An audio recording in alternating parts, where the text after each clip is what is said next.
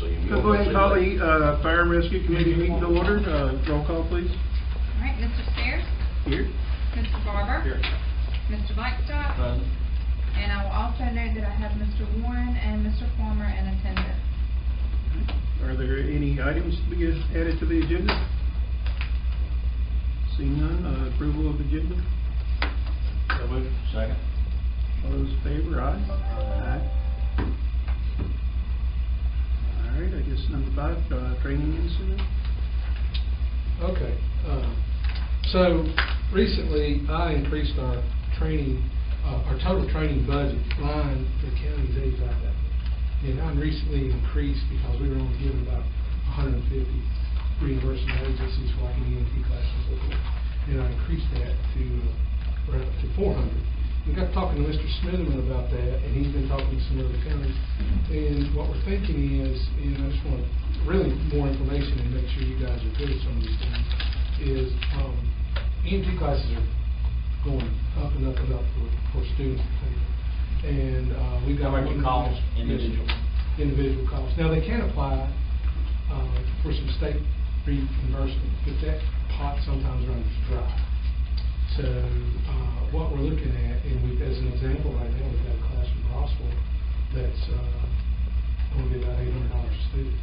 But that also has with it a cadaver lab and a burn lab, or a burn type lab. So there's some, I mean, it's got some extra stuff, which is pretty good for the student. But you know, I was talking to an instructor, EMT instructor, because I'm trying to get one from the north end of the county, and we're looking at between $600 and $700 a student, even there, to try to do that.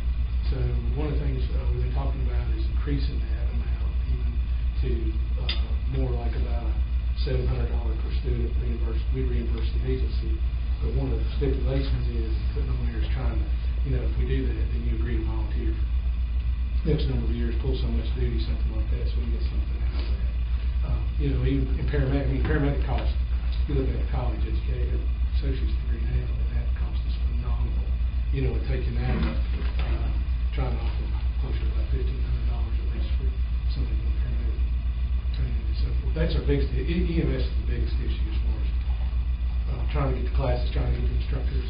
You know, fire, we don't seem to have that big a problem with fire instructors. And we increased our rates, instructor rates recently to really match what the state was paying, because we were below that as well.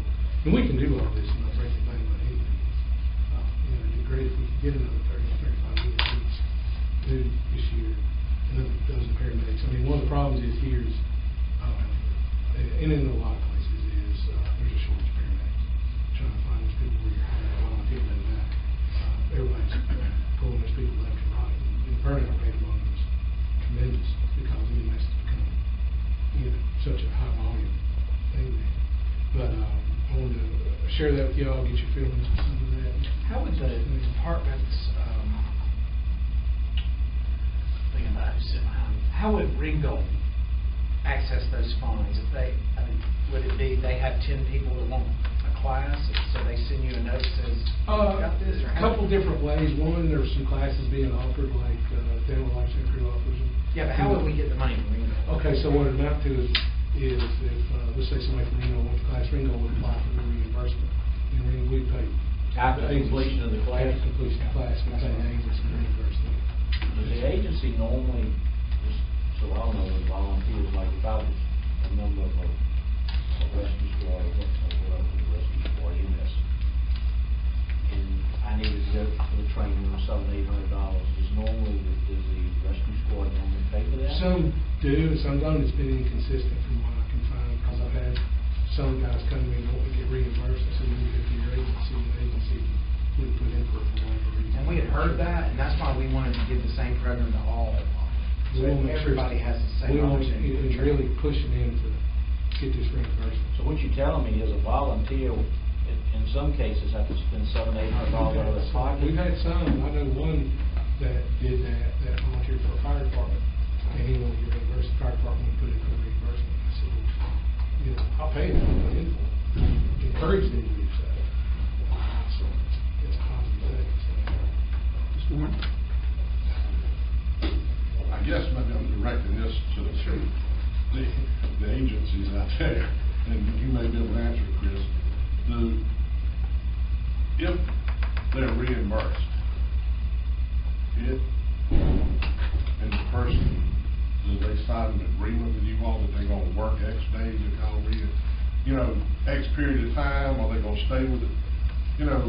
I know y'all don't wanna pay their class and then end up somewhere else in 2 months and you pay for the class. I mean, theoretically, you wouldn't want that to happen.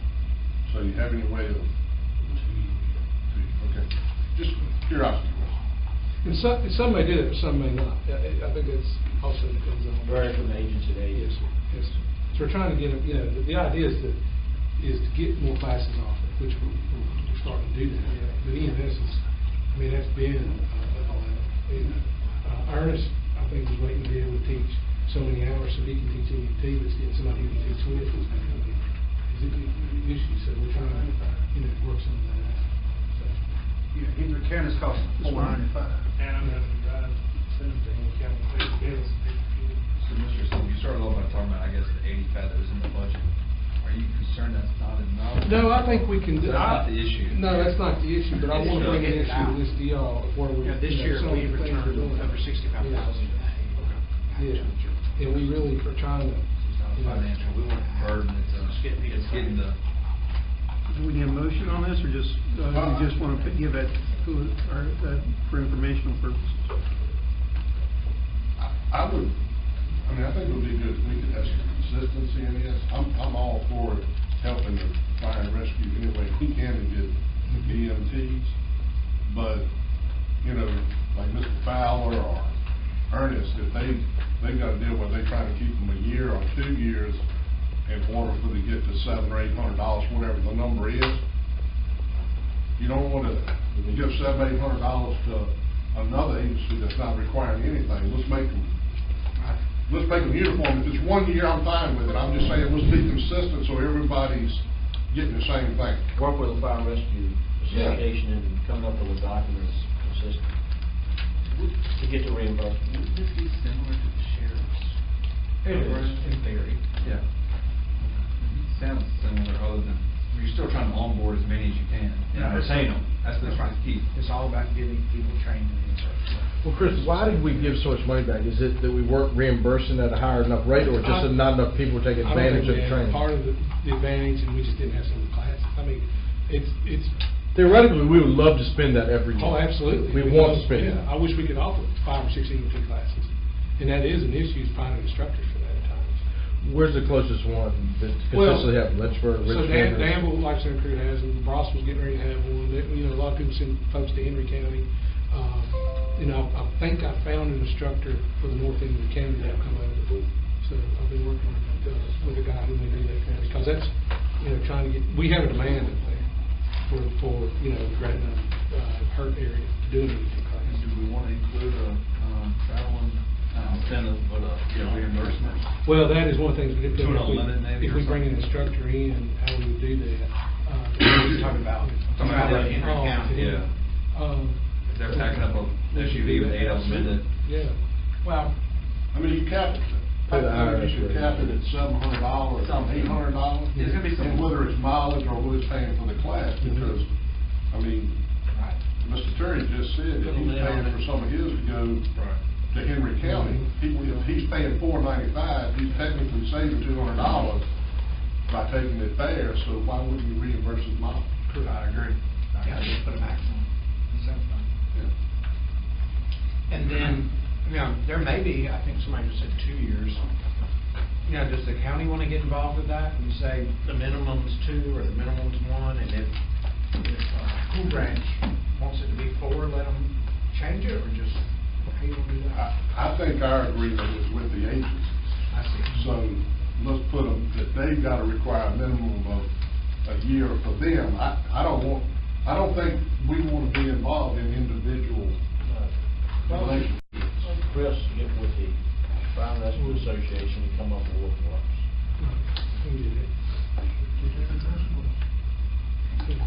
It's kind of hard to enforce any kind of people involved here. Yeah. It's a little different with the sheriff's office. We are at least paying. A little bit. I can tell you what, he's one of the nice sports that Thank you,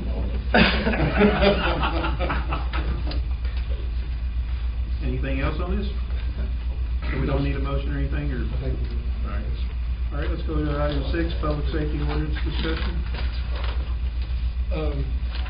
That's come up a couple times, and wanted to get a feeling for where you all want to go and when we want to try to get that back out and work on it.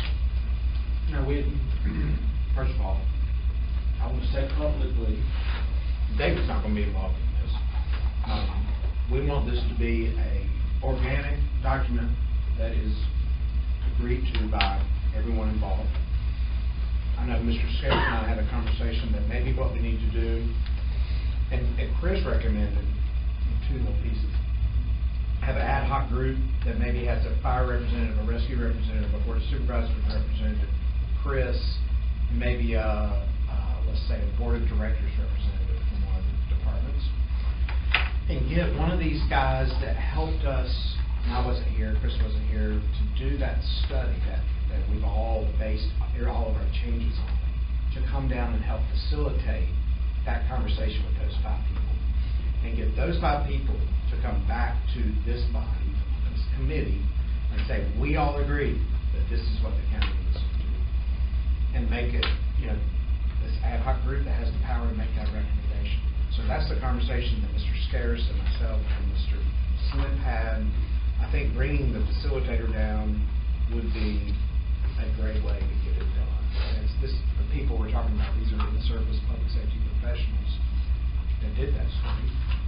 And maybe they can help us get the proper documents and ordinances in place to keep effectuating that change that the study calls for.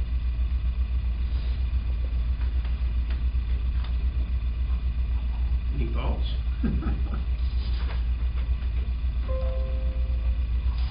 My only thought is, this has not been, we could have all done a little better job with this. We need to make sure that our volunteers feel like that we're listening to them, and that we are including them in the process. And I think you are. I appreciate that. I think it would be a wonderful idea to bring the facilitator back in to go through the study. You have a time that you all want to see. For the new, the facilitator, we had actually, when Mr. Money was here, we brought somebody in to do a study that went around to different fire and EMS organizations, we gathered information, put together this, or to do the actual study for us. So So I guess what I'm hearing is I'm not, especially you do it every day, I guess the document that was drafted, we can't come to agreements between the county and the fire. I think there's some things we need to remove out of that. So we need to have a professional to help us. Navigate the chopping waters. Okay. Because I remember one of the last meetings, maybe not the very last one, but I think it was told to go back to the agency, document it, redline it, whatever, comment on it, bring it back. Yep. Has that exercise No, that's occurred? what, we've held off on that for a little bit. And so at this point, I think having a facilitator come in and help us with that, because there's certain things that the study did say it should do, and there's some other things in there we gotta look, see if we really need or not, so. If we delay this, is it any financial impact to the agency based on the FY19 that we approved? Okay, just want to make Yeah, sure no, that shouldn't have anything. I think there was some. Yeah, we don't want to get that, but I think that budget's a moving target. yes, sir. Big moving target. Yes, sir. I think we've been on that, yes. So we need recommendation on this? Okay. Dave? Yeah, we'd like to, Motion? make a motion that we, Mr. Smotherman and Mr. Slim contact the representatives who do the study, see if they can provide a facilitator to help us work through some of these issues with Fire Rescue Association. So you'd rather have it working with Fire and Rescue as opposed to that committee? yeah, that's the difference. You want to have quite frankly, if we want to get something done, let's get a smaller group as possible that we trust and has the perspective from all the parties in the room. I mean, that's my recommendation. I hear you, Scott. Why don't the Fire and Rescue Association form a committee of like 4 firemen? And that narrows it down to where it's a manageable number. That sound good to y'all? That way, they'll feel we stack the deck on. Yeah, I don't want to stack the deck. Let them come up with 4 people that want to sit on this committee. We have a facilitator with 4 people. Slim and scarce. And when it comes out of that committee, the document will be a document they support. That's the main thing. Right. Yep. That's where I think they're, I think last time we got off the chairman- rail. Well, that gets back to the starting issue. I thought, what are we gonna use as a starting point? I thought that's what we're gonna do with the ordinance we supplied to them and say, this is a starting point, let's come together and work on this. And it was outright thrown out the door without any consideration. So that's only my concern. I mean, we've gotta have a starting point to come together to negotiate, so where's that gonna be? Well, the starting point's got to be the draft that's on the table. But wouldn't it be Otherwise, otherwise a there's small no body and not? Right, well, I understand that. I'm just saying we've got to have a starting point. I want to make sure we're clear on that. And then when everyone comes together, we work off of a set document like I thought we were trying to do the initial time around. Like I said, I had no intentions of that being the standard that we were going to go with. That was just a starting point in negotiations. And I want to make that clear that this is what we're trying to do again, start this whole process over. But here's our starting point. Well, let's get rid of what we don't like and let's try to come together on things we do like. That's all I'm trying to do. Makes sense. So we need to, I guess, So 4 people from Fire and Rescue, Mr. Scares, Mr. Slim, and starting with the last version of the document, use a facilitator to go through it. correct. I'm not on the committee, but I'd just like to make a suggestion for you all to consider, is, I don't care if it's 3 or 4 from the association, that doesn't matter to me. I think you probably ought to also include 1 or 2 that is on their board of directors Yeah, to board of give a directors, different perspective, because they see it a little different. They see it more from the money side, Dean, that's right. I mean, I think you ought to include some of those people at the table. Just put 2 board of directors. Or 2 and 2, that makes 8. Yep, that's good. You need an odd number? We better have an odd number. 4, 2, and 2, and the chairman now of the committee.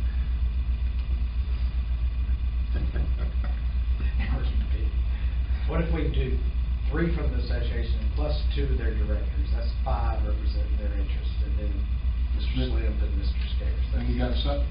That'll work for me. Is that all right with you guys? Is that all right with you fellas? Is that all right with you?